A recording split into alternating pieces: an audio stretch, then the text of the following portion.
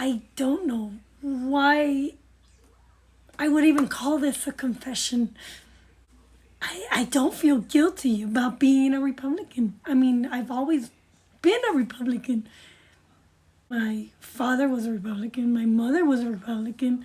My grandparents were a Republican. I mean, the whole family was a Republican.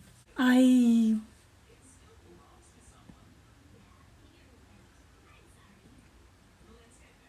voted for Bush the first time I ever voted. The first Bush. I voted for the second Bush. I even voted for Obama. Oh, and I even voted for Gary Johnson. And I voted for Trump in this last election. Don't hold it against me, though. I'm still a Republican. But when we come to Representative Meg Froelich, now it seems to me we're up against a very different kind of a woman.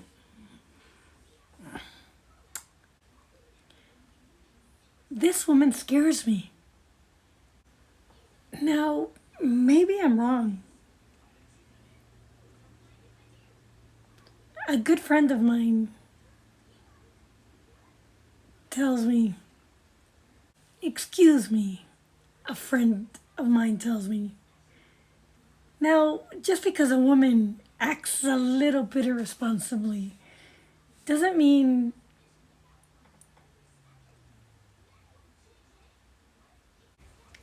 in the campaign, doesn't mean that she's going to act irresponsibly. You know that theory about legislature makes the woman. I don't buy that. You know what I think makes a great representative? Aside from her judgment, her experience, it's who she surrounds herself with, the books that she reads, the people that she hangs out with. So many men and women with strange ideas are working for Meg Froelich. You hear a lot about what these people are against and what they are for. And it seems like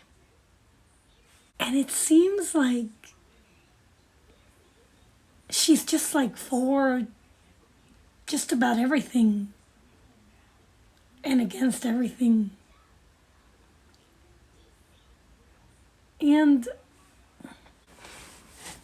the hardest thing about this whole campaign is to sort out one statement from another and to look at all the voting that she's done and to sort out all the laws that she's made. And I can say, look, Meg, on certain such and such day you said blah blah blah and you voted this way instead of this way and you made this stupid unconstitutional law.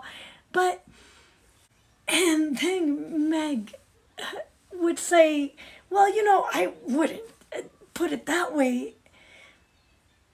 This is what I mean. What do you mean, Meg? I mean, how competent are you to make laws for all of us? You had one law in 2 years. And it is unconstitutional. I can't follow that. I just can't take voting for somebody who is that irresponsible and that doesn't even listen to the people. I mean, seriously, if we give her 2 more years and she makes another law and it totally upends our Constitution and gets rid of our freedoms, and she's not protecting our life, our liberty, and the pursuit of happiness. Yet she is making and giving rights to stakeholders. Who are these stakeholders? I mean, they are who? Providers? So these providers are being protected instead of me, the individual? So you'd rather listen to providers instead of me? You made one law, and 350 people were against that one law. And you expect me to vote for you because you are for me? Do you expect me to believe that? Come on. I just don't get it. I mean, a representative ought to mean what she means and say what she means and do what the people want, the individuals want. I mean, we're not a collective in America. We never were.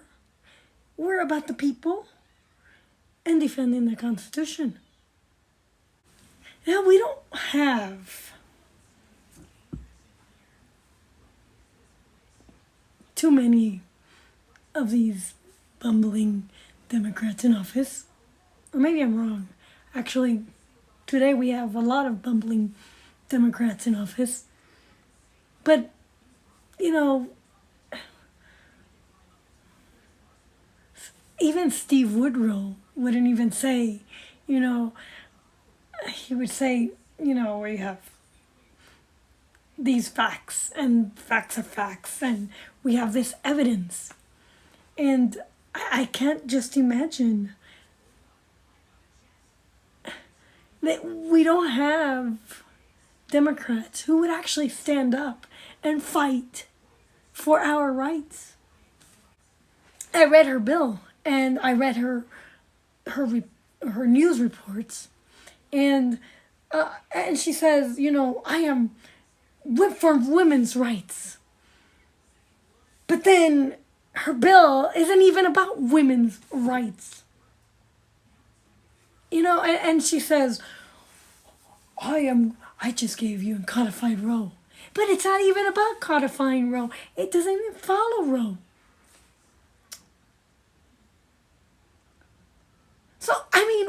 So what did you codify, Miss Froelich?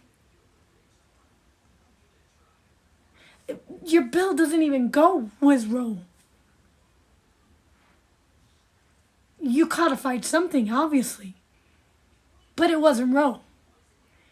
You gave sweeping rights to providers, but didn't protect women from provider malpractice. You didn't even think about the viability of the fetus.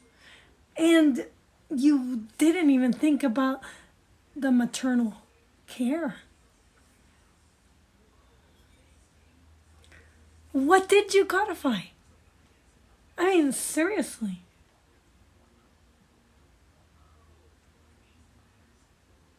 Your bill doesn't even follow it. I mean, it doesn't even follow the term limits. So what term limits did you give these providers? Roe at least said, you know, there is a certain amount of time that you can pretty much abort the fetus. But after that certain time, you can't allow the providers to have abortion willy-nilly. So, I mean, did you even think about any of the opinion that Roe cites? Anything in the opinion? What did you do? I mean, I'm willing to listen and hear your point of view. I mean, I am a woman, you know. You so-called say that I have free freedom to choose right now. Do I? Do I have freedom to choose? Or did you give providers freedom to abort? Who did you give freedom to? And did you protect my baby? And what if I wanted to? I was right on the table, on the metal table, and I say, stop. I don't want to have an abortion. Did you protect my right to kind of rescind that contract as a provider? What if, I'm on the table 24 weeks and I'm watching my baby die? Did you even think about that baby? I don't know what you did. I really don't. It seems so irresponsible. Really? But Meg Froelich, I often can't even think about what she means, much less what she's trying to accomplish. I wish I could just sit here and believe that Meg Froelich can shut her eyes and picture what this country would look like with another 2 more years of her making laws for we the people. Listen to some of the confessions of 1964, because when you vote for somebody just for party unity and it's not really the person that you should vote, I really thought about not running, and I thought about it and I said, if I get nominated, I will run. Because I really thought, maybe I should just stay home and not vote at all. I didn't want to vote for a Democrat.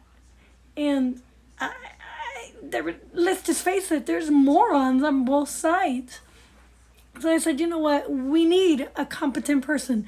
We need somebody who will fight for the people and raise their voices up and also defend the Constitution and the values and the principles of this country. And I said, I just can't take this anymore. If I'm nominated, I'm going to run. And I'm going to try my hardest to win. Because our future deserves competent people representing them. They deserve competent leaders making laws that adhere to the Constitution. So this November 8th, vote for Marla Fernandez.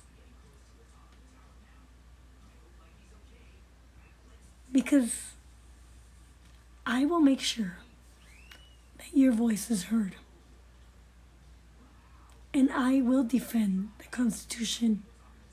And I will be responsible in making laws that make us good.